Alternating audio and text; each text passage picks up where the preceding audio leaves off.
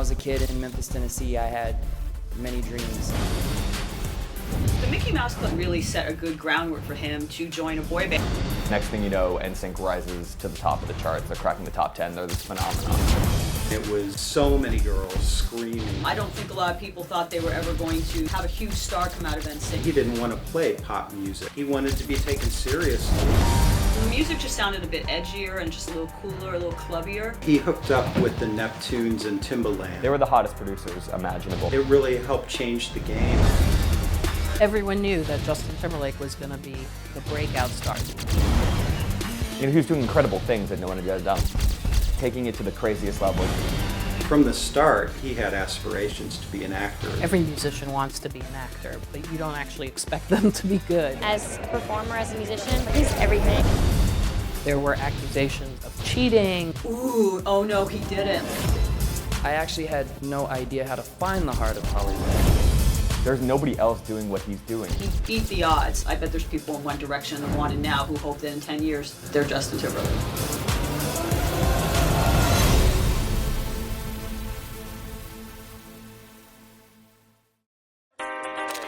He's suited up and ready to bring sexy back. Singer-songwriter, actor, record producer, dancer, and businessman Justin Timberlake does it all.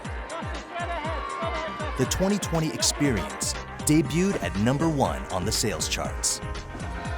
The singer turned actor turned singer again is on a roll. I begged and pleaded to be able to host SNL for the first time because I grew up watching people like Dan on SNL, so I'm a huge fan of his. The pop star's appearance on late-night television, performing in concerts and award shows, showcase his singing talents, improv skills, and sheer star power to millions, and is a ratings magnet. He began his career on the Mickey Mouse Club, starring with other fledgling pop stars Britney Spears and Christina Aguilera.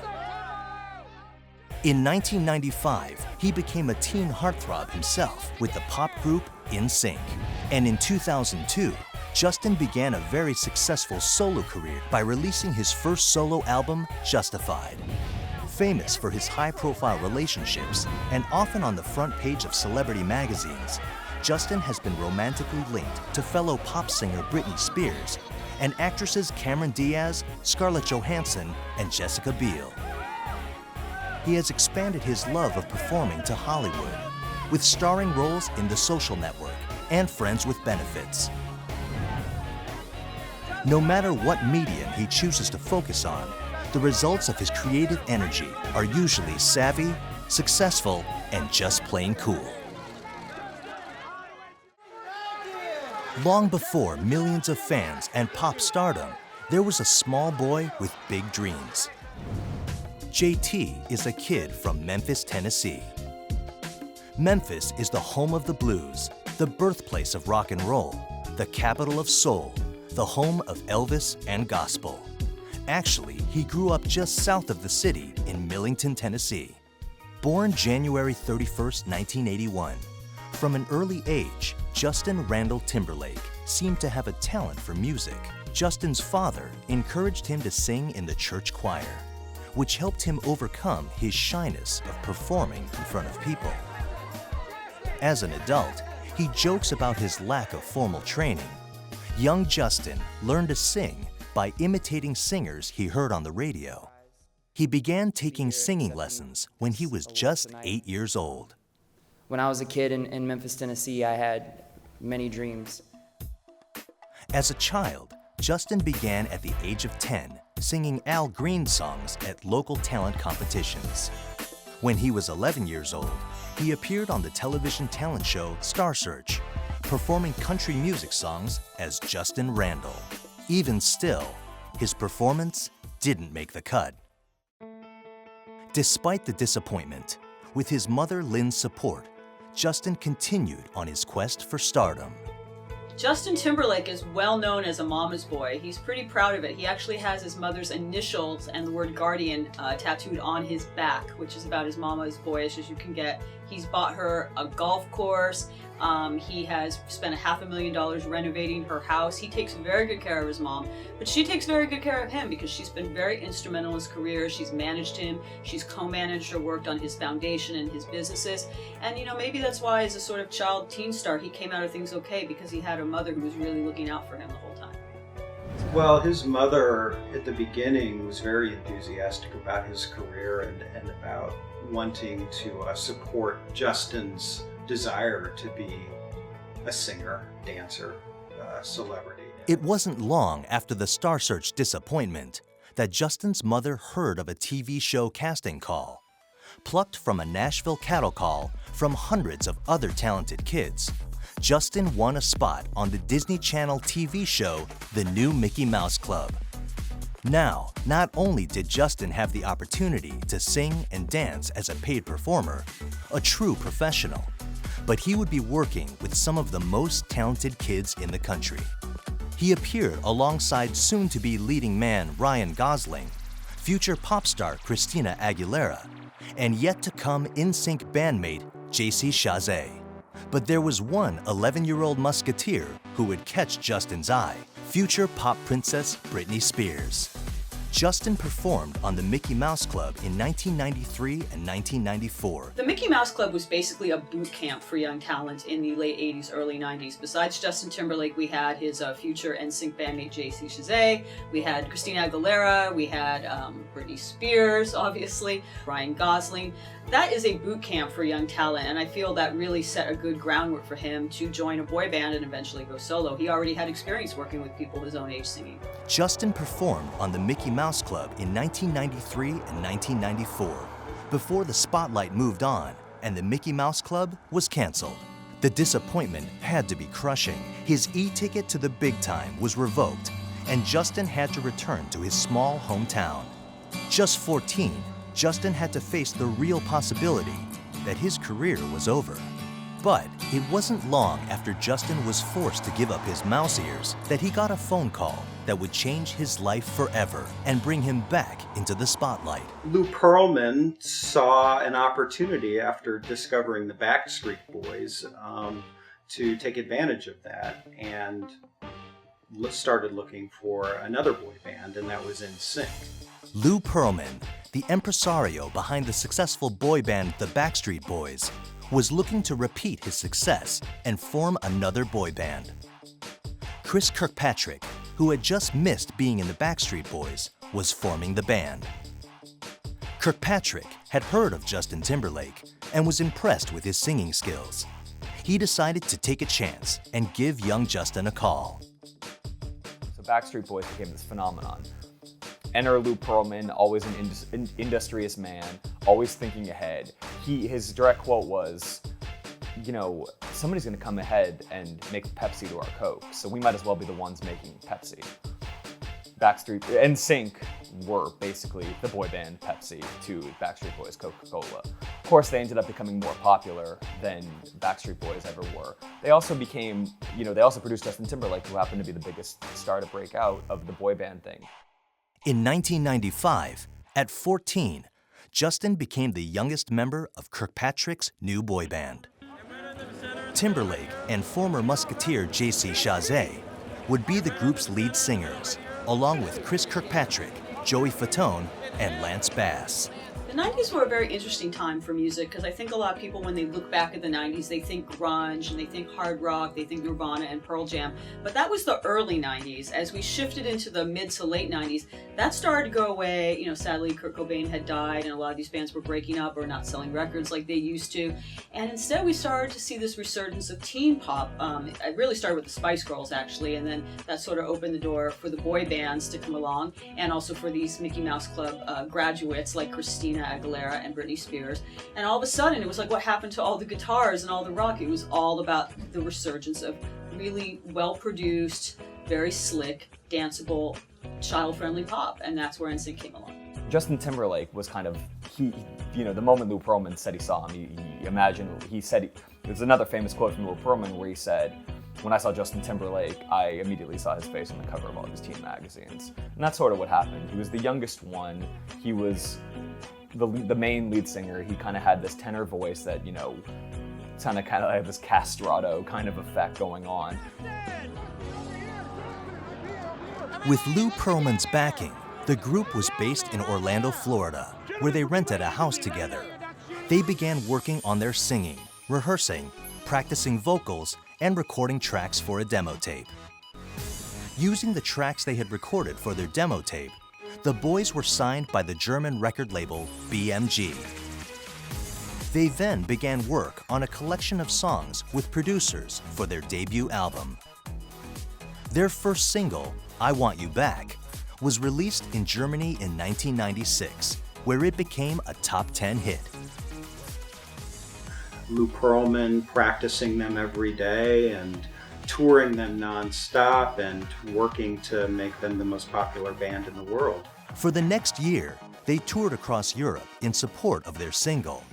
Their debut album was released in Germany in 1997 and reached #1 in 1 week.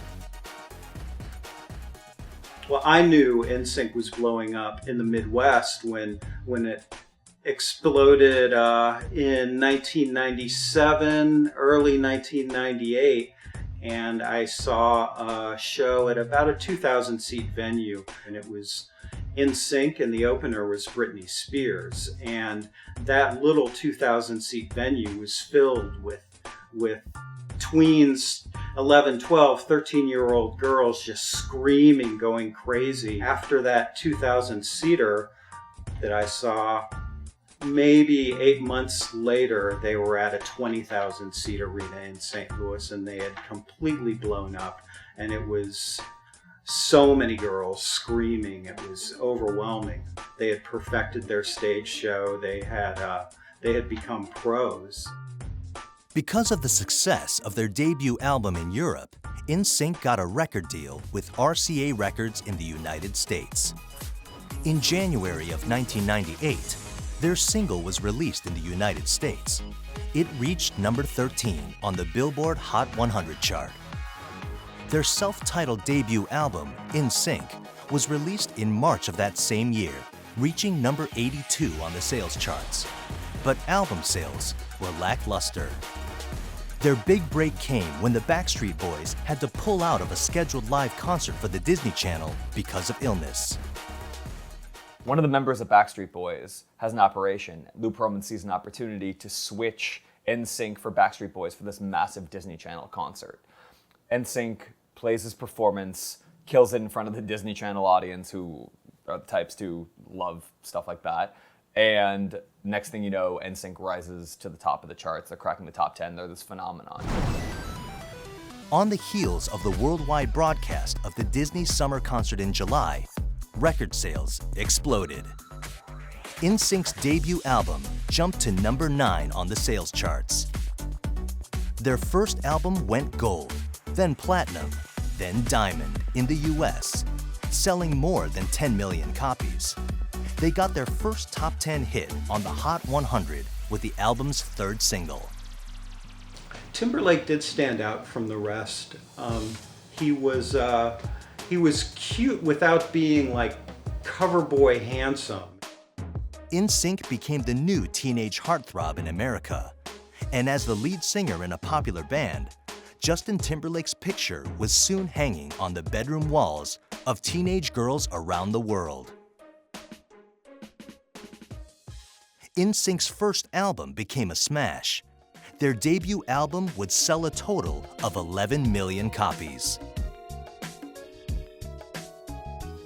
To add to the comfort and joy of the success of their first album, the group recorded a Christmas album, Home for Christmas, which sold an additional 2 million copies. NSYNC would have the rare success of 2 hit albums on the charts at the same time.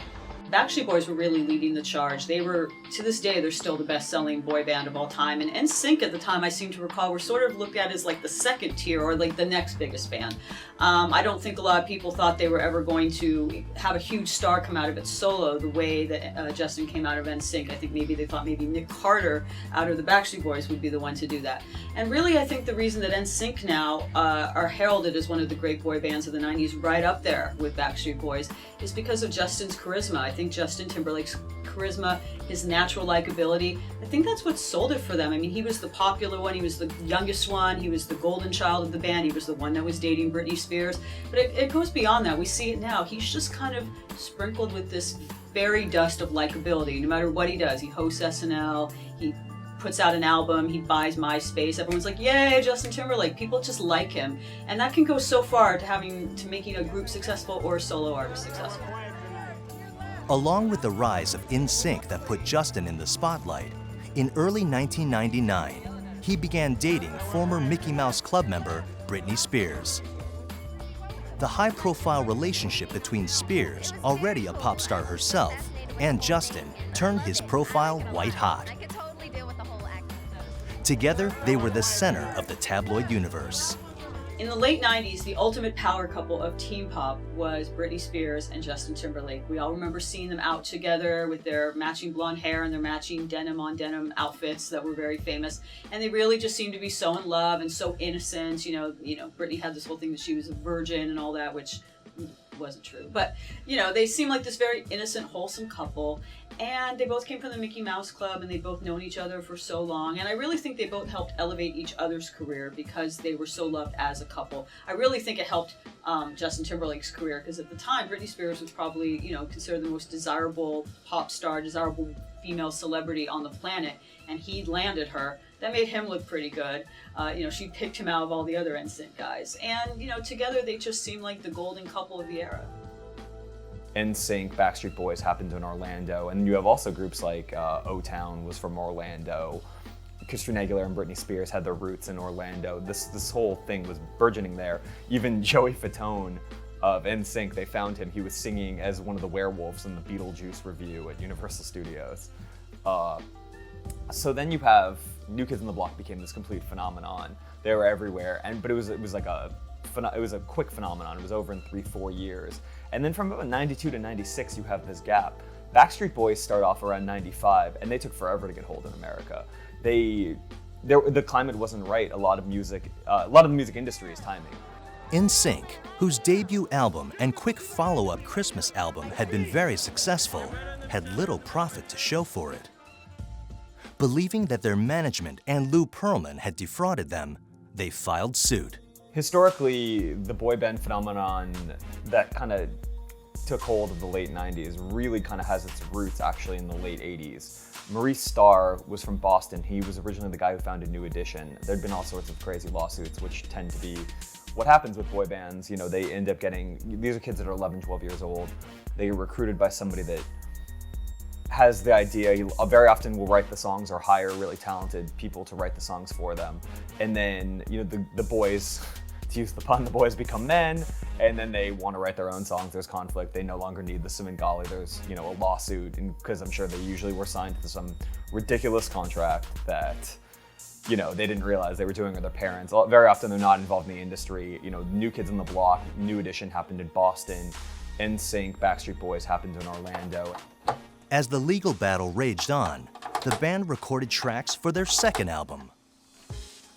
After their first album, then there's this massive lawsuit between Transcontinental, which is Lou Pearlman's label, and NSYNC. Transcontinental slaps NSYNC with a $150 million breach of contract lawsuit because NSYNC had tried to go to Jive Records, which at the time was kind of the biggest label for teen pop music.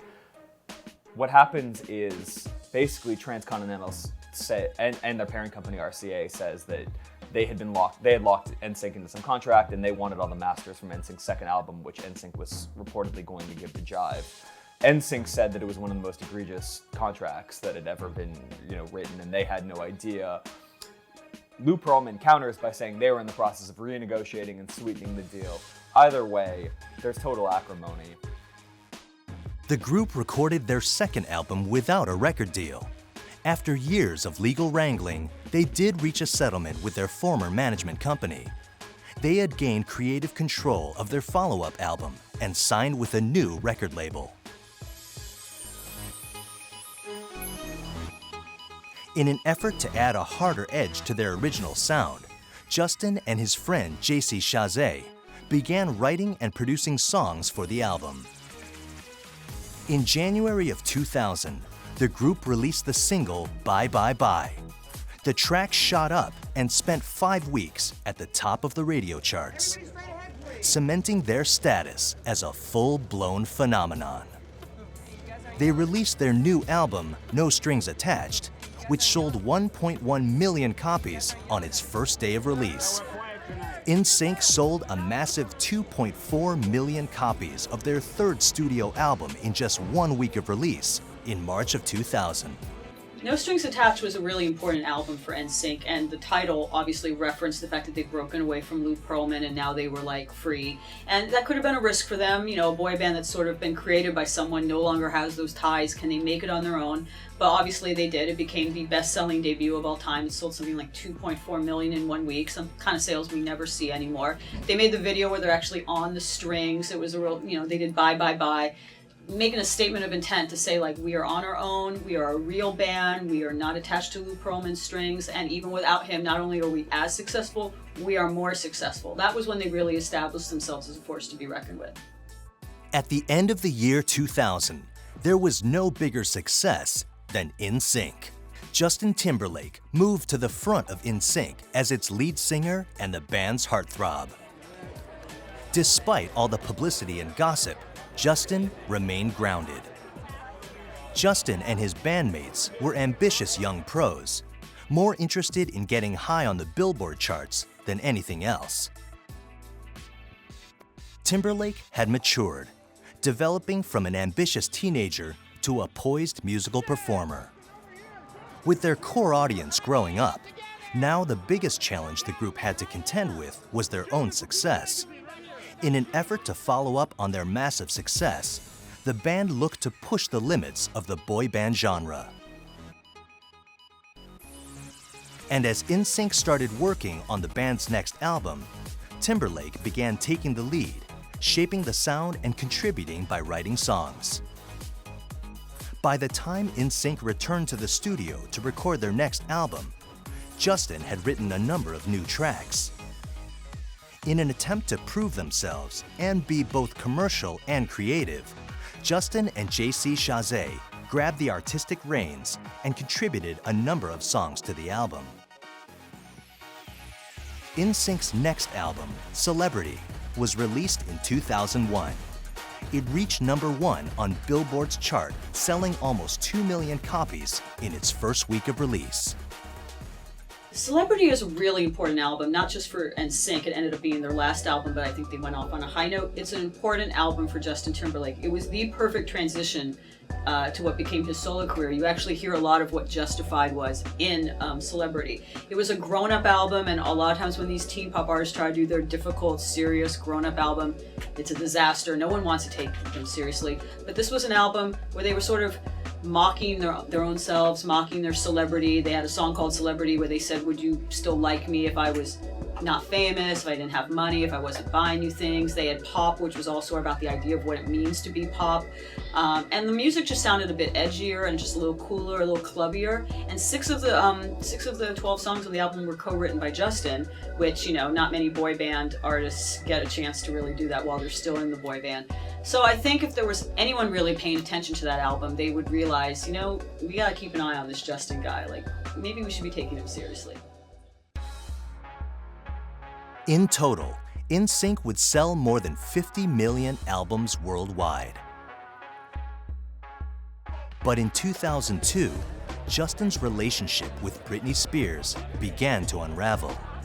For Britney Spears and Justin Timberlake, the pressures of touring and maintaining a high-profile relationship were too much. After 3 years as a couple, the two pop stars ended their relationship amid many tears. Well, my first day on the job at Us Weekly was the week that they broke up. So talk about like jumping in head first. It was the biggest news story that I had ever seen in my, now going on 20 years of writing about, entertainment and music. It was bigger than Brad and Jen, It was on the level of Brad and Jen. I think that you could actually say that. And also it was very dramatic.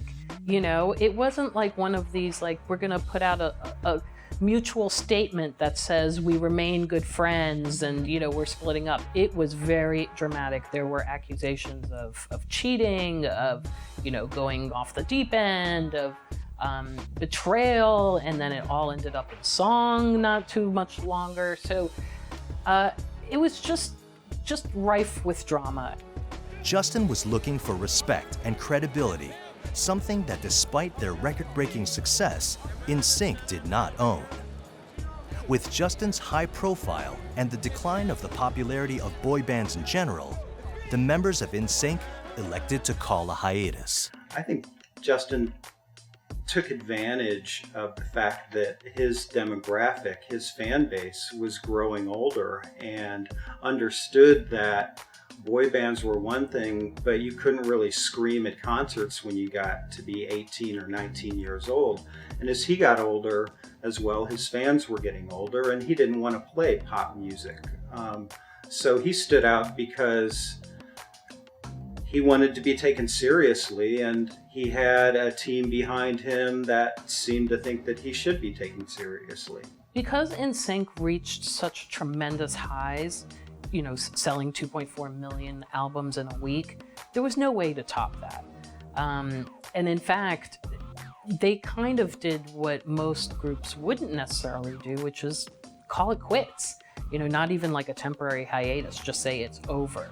It's like they recognized that it would never be as big as it was. And it was also because of the digital music world, which had started to sort of like peep its head out with Napster in 1999, and then in 2001 and 2002 is when album sales started to decline.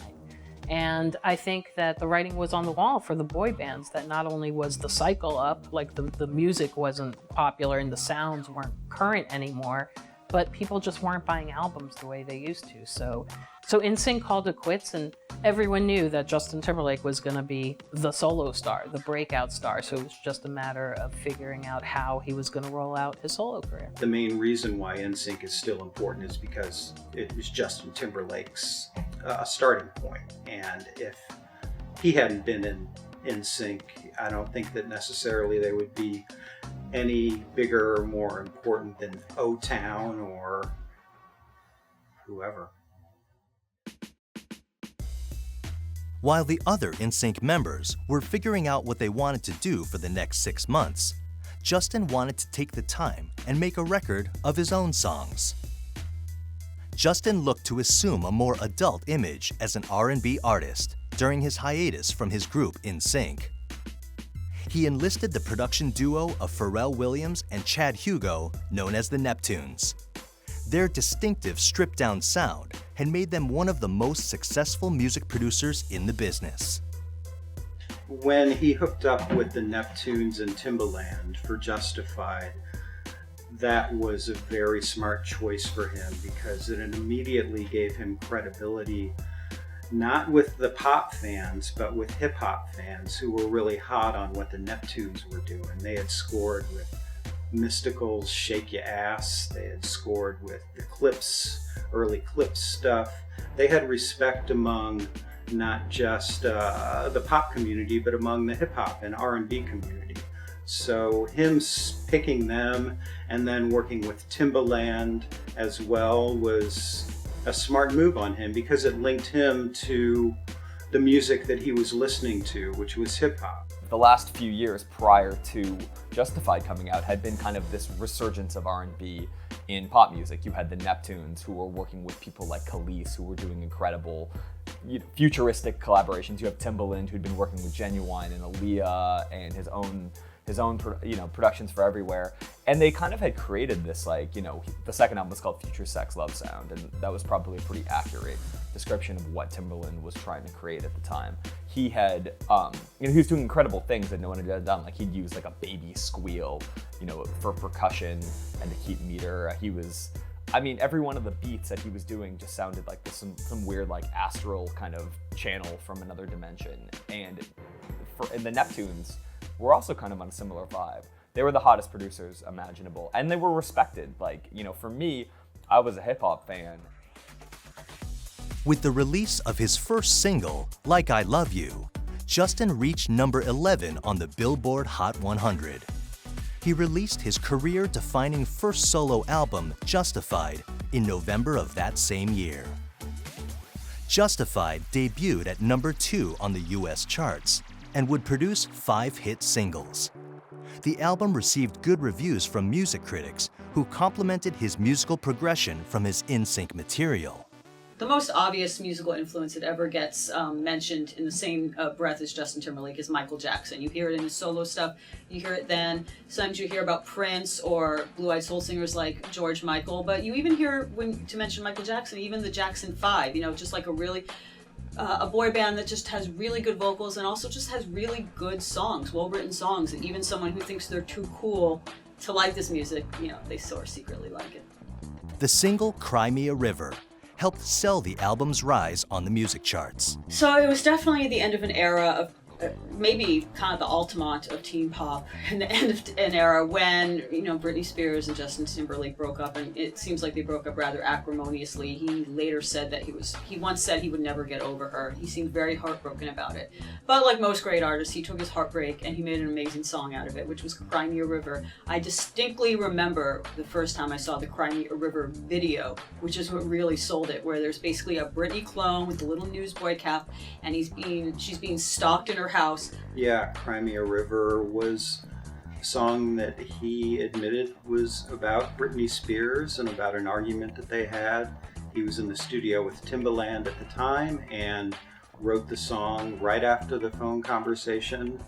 And that emotion seemed to connect with a lot of people. Both were at a peak of fame, and they were a couple and they were having problems and they were in the spotlight.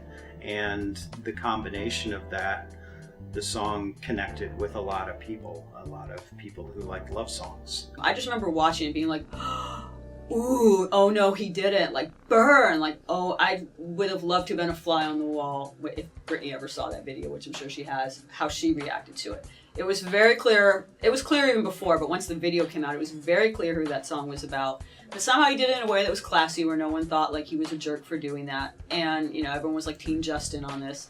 And his career continued to skyrocket. He never really had a nosedive. And her career went like this. And here he was on top of the world, and she was shaving her head and getting married to Kevin Federline and stuff.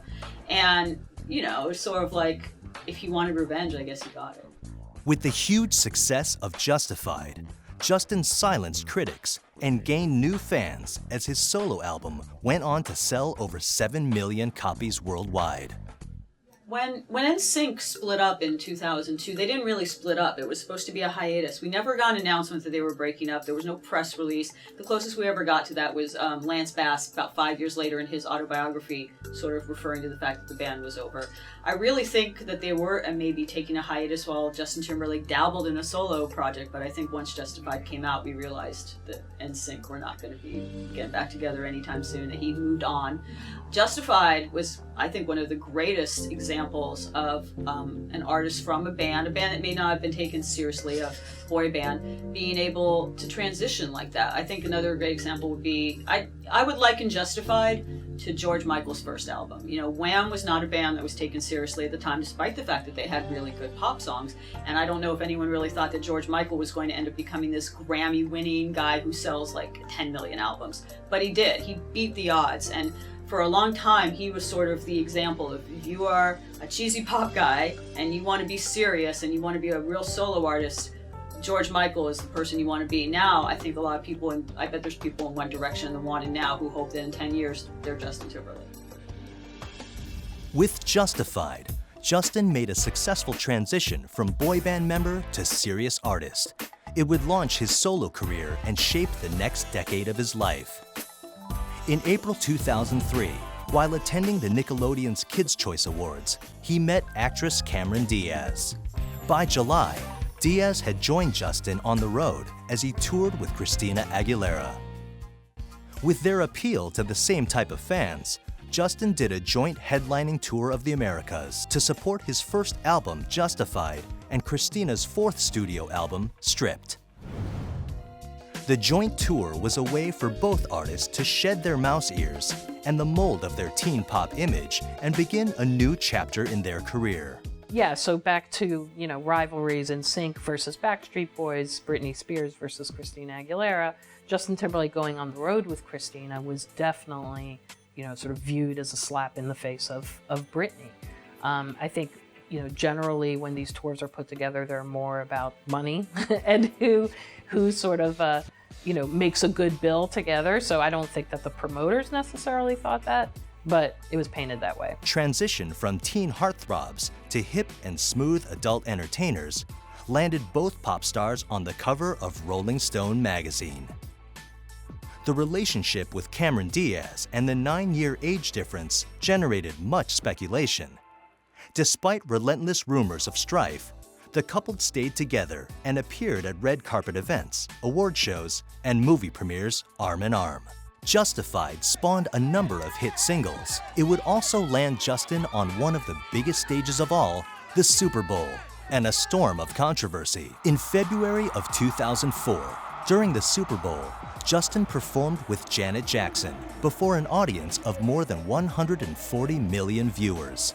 During their now infamous halftime show, Timberlake tore off a portion of Ms. Jackson's costume, revealing her bare breast. The Super Bowl is during the day on a Sunday. There's little kids in the room. There's conservative people in the room. There's grandmas in the room. No one liked this. In hindsight, he couldn't have timed the Super Bowl incident better when he stood on stage with Janet Jackson and accidentally ripped off a part of her costume.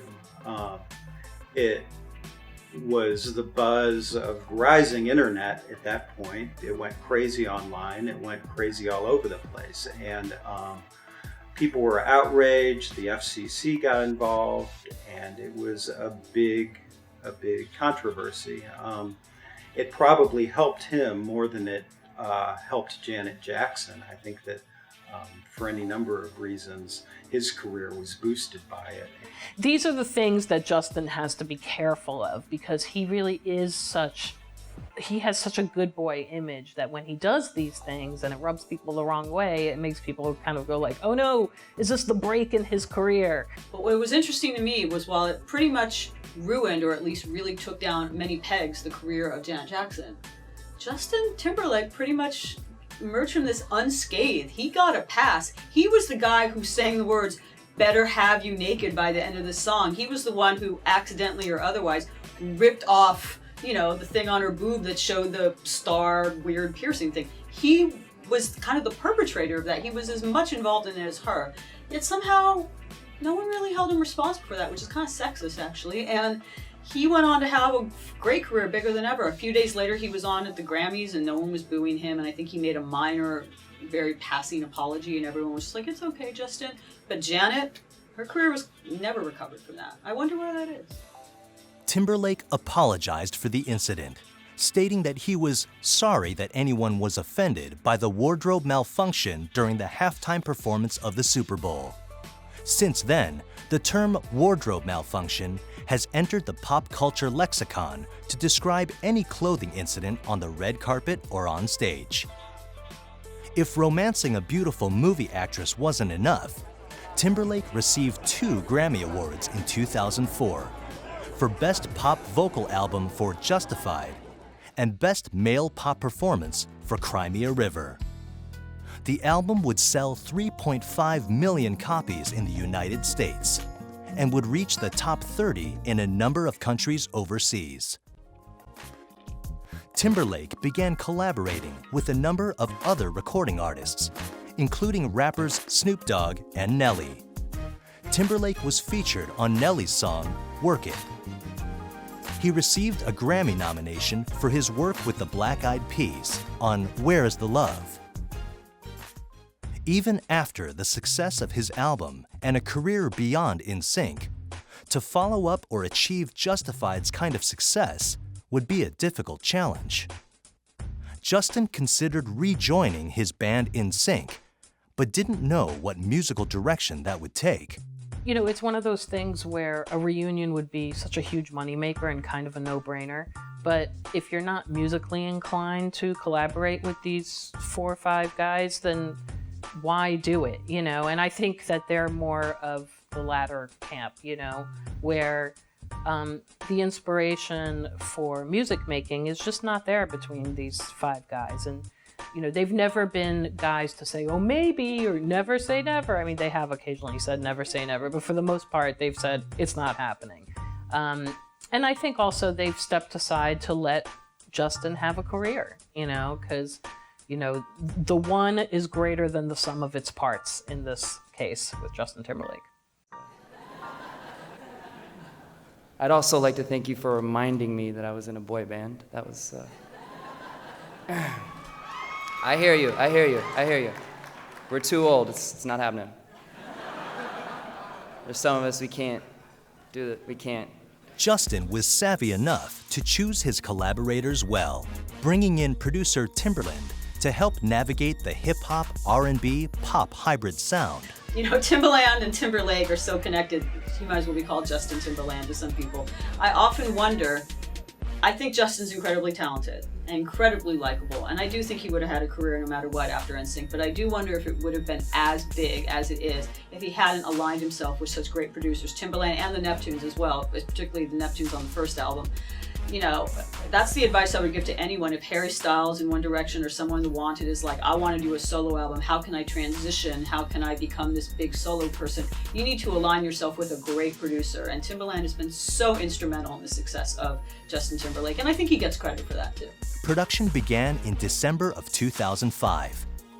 In less than 2 weeks, they composed 8 to 10 songs with lyrics, melodies, and vocals in place.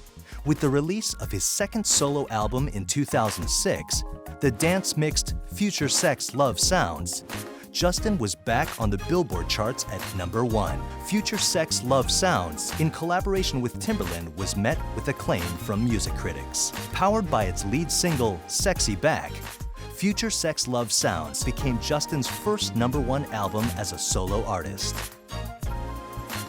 The album produced a number of hit singles that enjoyed chart success, including Sexy Back, My Love, and What Goes Around Comes Around.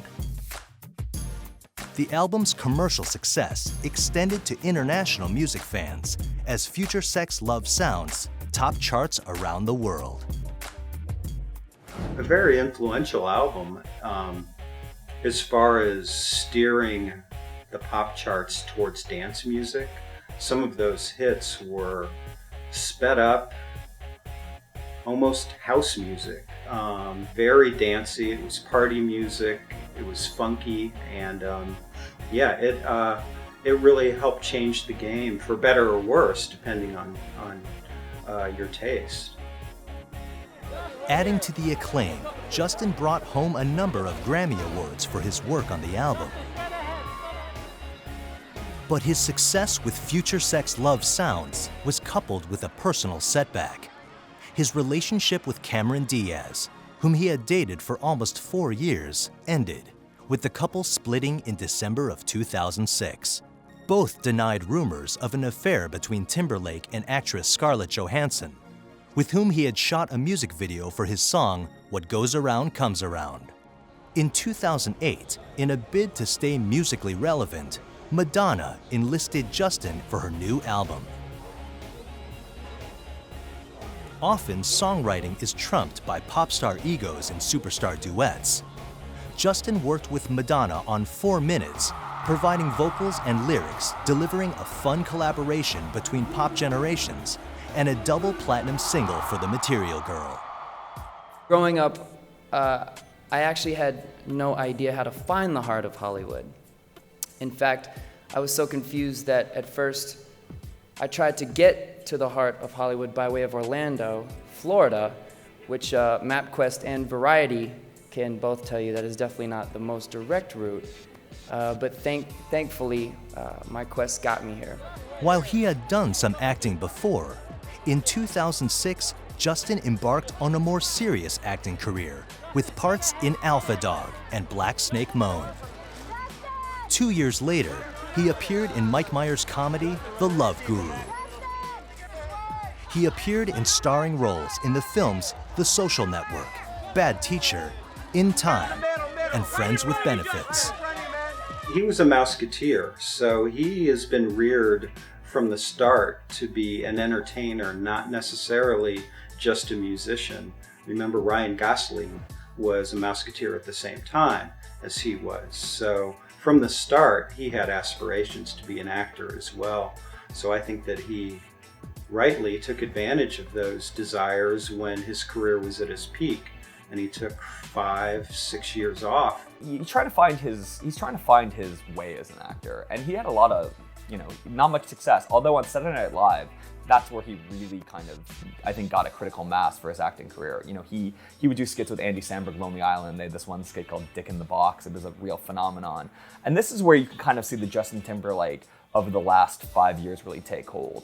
A song like Dick in the Box, he's parroting his boy band thing. They're all dressed like, they're basically kind of dressed like Backstreet Boys, kind of more than even NSYNC, and it's kind of a real kind of sharp jab. They're singing the falsetto, they're doing the harmonies, they're kind of parroting this whole lover man aesthetic that they'd cultivated in the late 90s, early 2000s.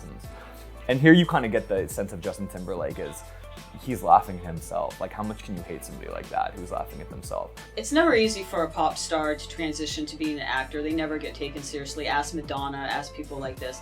Justin Timberlake is actually starting to get respect. I think the turning point for him was The Social Network, which is multiple, Oscar-nominated film, and he got good reviews for that. Then he sort of transitioned to be leading man, where he was in Friends with Benefits.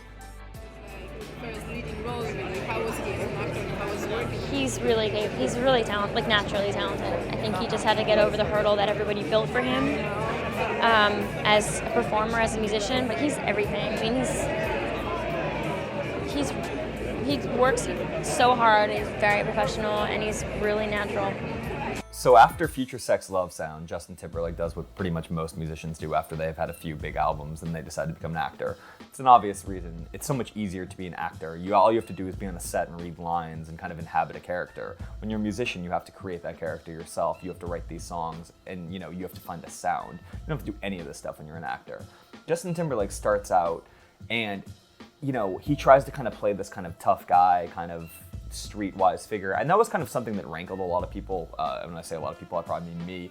In his music, he kind of always had this kind of hip hop aggressive vibe, but then you're like, you're the guy from NSYNC. Kind of does the same with his acting career at first. He does Alpha Dog, which is one of his first big roles. Got some acclaim for it, but at the same time, he's kind of playing a kind of cowardly thug in the San Fernando Valley over this big murder saga with a guy named Jesse James, who was a big drug dealer, and they ended up killing some teenager. I have been so impressed with Justin Timberlake's acting that, it's one of these things where, every musician wants to be an actor, but you don't actually expect them to be good. And he was really good, starting with Alpha Dog, which was one of his early roles. I think Edison was his first role. But in Alpha Dog, he played, a morally torn bad guy, and he did it so convincingly, and it totally shed that boy band image just with that one role. He wasn't the star, he was like a supporting actor, but he was fantastic. And ever since then, all the roles that he's taken have sort of shown a different side of him. He certainly has comedic chops, but he's also a really great dramatic actor, as we saw in Black Snake Moan. And then in The Social Network, it was really like a great combination of his real sort of charisma. With his music career suddenly a rocket to the moon, it's hard to tell what direction Justin is going with his acting career. At a Golden Globes after-party in 2007, Justin met actress Jessica Biel. The couple began dating, and over the next 5 years, they experienced an on-again, off-again relationship, which was often commented on in the press. Jessica Biel, she was an actress and obviously had her own sort of name and popularity. She's certainly a known entity, but I think the combination of Justin Timberlake and Jessica Biel has elevated both of them in a way.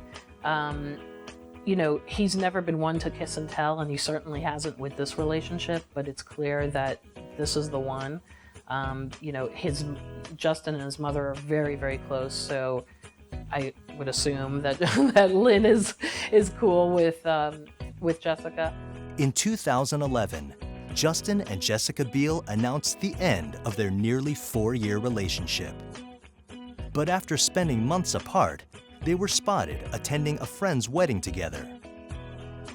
The 5-year courtship ended, when Justin slipped a custom-designed ring on Jessica's finger during a romantic getaway in Big Sky, Montana in December 2012. They had a very low-key wedding, and it wasn't like E.T. and Extra and everybody all clamoring for it. Like they controlled the message, which is what they've always done with their relationships. I think it's smart. He and Beale finally married in October 2012 with a $6.5 million Italian wedding in Puglia, Italy, in front of family and friends. Cold enough for you, Justin? Justin, please. Justin, take a photo. Can I get one of those? I wish I could do two things at the same time, but I can't. There you go. Yeah, sure.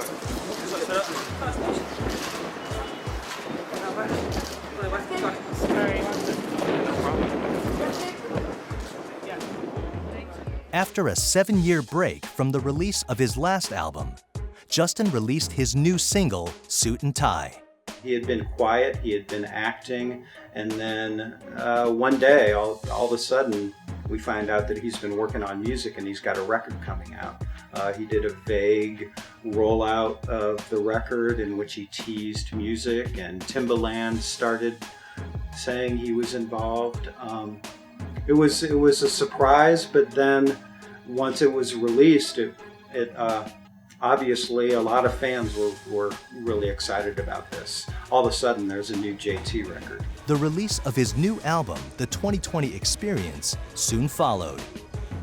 The 2020 Experience album debuted at #1 on the US Billboard 200 chart, becoming Justin's second #1 album as a solo artist. The heart of the album is Justin's introduction of his seductive brand of R&B sounds to a new generation of fans.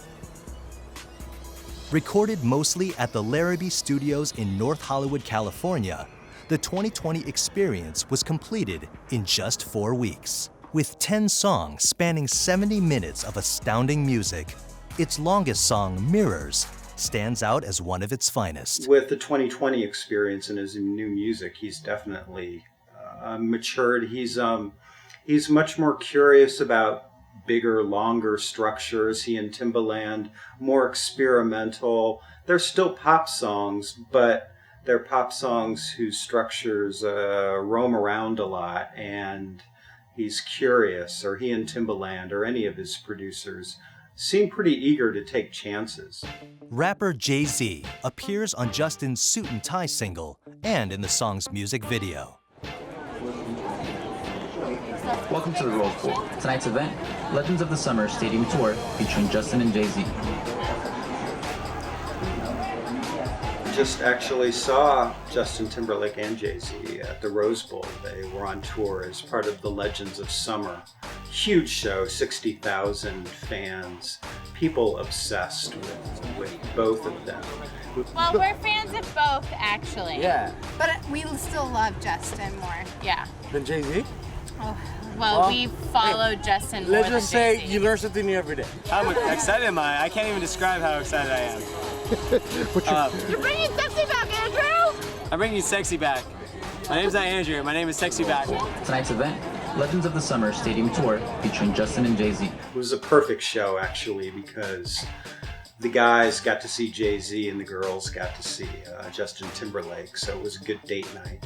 Even the vendors and the security guys were rapping the songs while they were selling. Yeah, it was a lot of fun. It was a huge production, of course, and they made a ton of money. We're here both, but like Justin's like my main man right there. Mostly Justin. Yes. Yeah.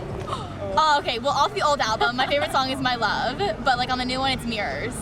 So tonight is the night. Yeah, tonight is like the night. Exactly, pretty much.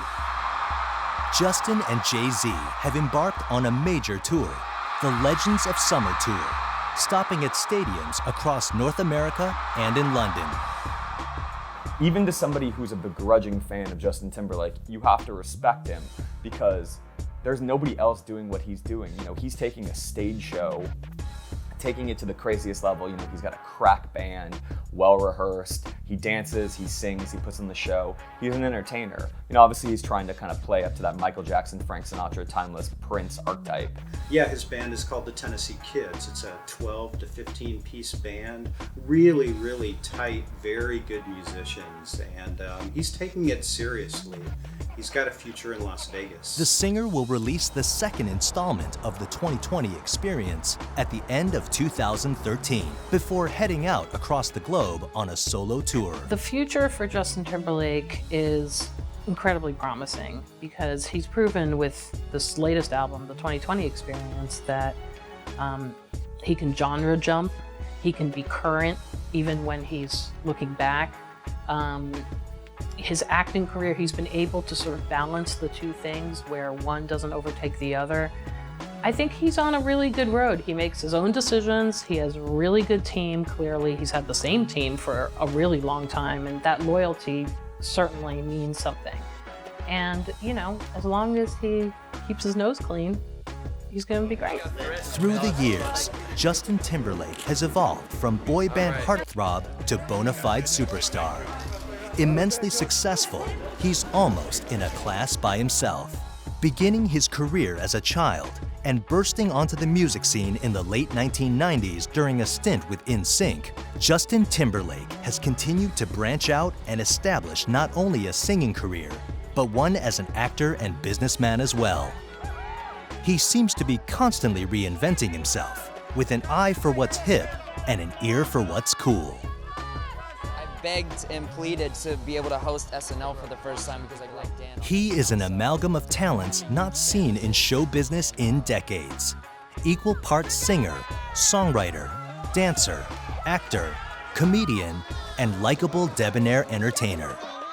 A 21st century version of Sinatra, Gene Kelly, or a modern-day Bing Crosby, the singer oozes old school. Expect to enjoy more music, movies, and whatever the talented Mr. Timberlake and his wide-ranging artistic pursuits take him in the years to come. That's it.